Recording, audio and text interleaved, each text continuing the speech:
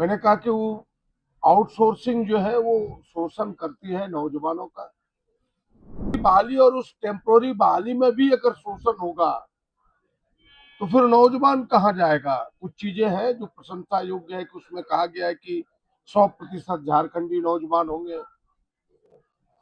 3 लोगों का पैनल बनना खड़ा होगा एक पद के लिए। हमें लगता है कि अब मेरे प्रश्न के बाद सरकार जगेगी, नौजवानों के शोषण पर रोक लगेगा और आने वाले दिनों में खास करके जो आउटसोर्सिंग से जो बहालियां भिन्न भिन्न विभागों में लोग जाएंगे, हमें लगता है कि थोड़ा सा हम सब उम्मीद करेंगे। झारखंड में आउटसोर्सिंग बड़ा ही सिरदर्द बनता जा रहा है। इस आउटसोर्सिंग का शिकार यहाँ के युवा हो रहे हैं। इन युवाओं का दोहन भी किया जा रहा है और इनसे पैसे की बड़ी वसूली भी की जा रही है इन आउटसोर्सिंग कंपनियों के माध्यम से। दरअसल ये कंपनी नौकरी के नाम पर भी वसूली कर रहे हैं और जो रकम उन युवाओं को देना है, उनकी मानदेय जो देना है, वो मानदेय में भी कहीं ना कहीं कमी हो रही है।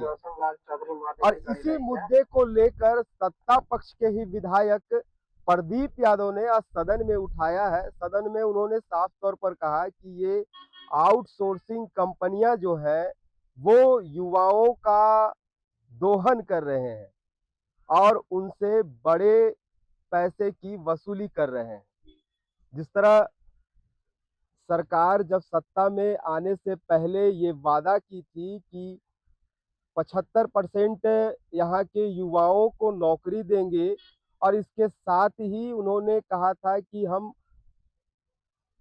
जो आउटसोर्सिंग है या अनुबंध है इसे समाप्त कर देंगे, लेकिन अब तक यह चलता रह रहा है। आउटसोर्सिंग जो है, आउटसोर्सिंग के माध्यम से कोयला हो या स्वास्थ्य हो या अन्य सरकारी विभाग में कई ऐसे युवा हैं जो काम कर रहे हैं और इन युवाओं का दर्द प्रदीप यादव ने सदन में उठाया है। क्या कुछ कह रहे हैं, पहले उनसे जानते हैं।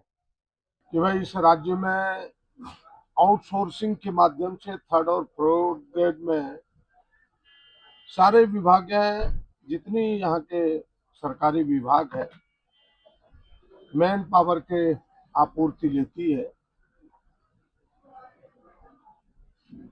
मैंने कहा कि वो आउटसोर्सिंग जो है वो शोषण करती है नौजवानों का। यानी जिस समय बहाली होता है एक मोटी रकम उससे वसूली जाती है। मैंने सरकार की प्रशंसा भी की, भाई आउटसोर्सिंग कंपनी पर नकेल पहनाने के लिए आपने मैन पावर प्रोक्योरमेंट मैनुअल 2025 बनाया है, लेकिन हमें नहीं लगता कि वो सक्षम है इन चीजों पर लगाम लगाने में।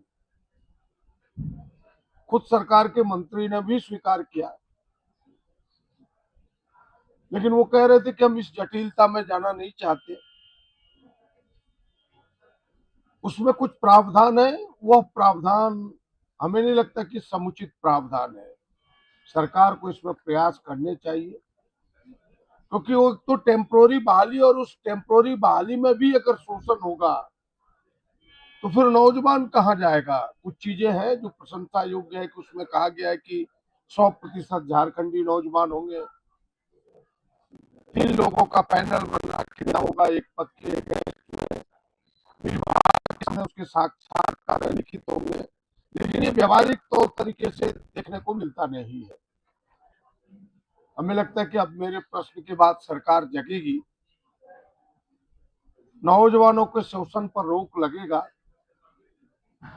और आने वाले दिनों में खास करके जो आउटसोर्सिंग से जो बहालियां भिन्न भिन्न विभागों में लोग जाएंगे, हमें लगता है कि थोड़ा सा हम सब उम्मीद करेंगे कि यह जो मोटी रकम वसूली है उस पर कहीं ना कहीं नकेल सरकार पहना पाएगी।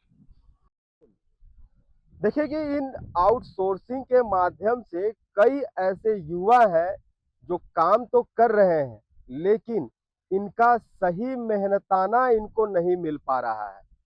जैसे अमूमन देखा जाए तो जो नियम है उसके अनुसार जो प्रशिक्षित युवा हैं इनको 21,000 लगभग देना है और जो अप्रशिक्षित युवा हैं इनको 19,000 देना है, लेकिन कई ऐसी कंपनियां हैं जो इससे काफी कम रकम देती है।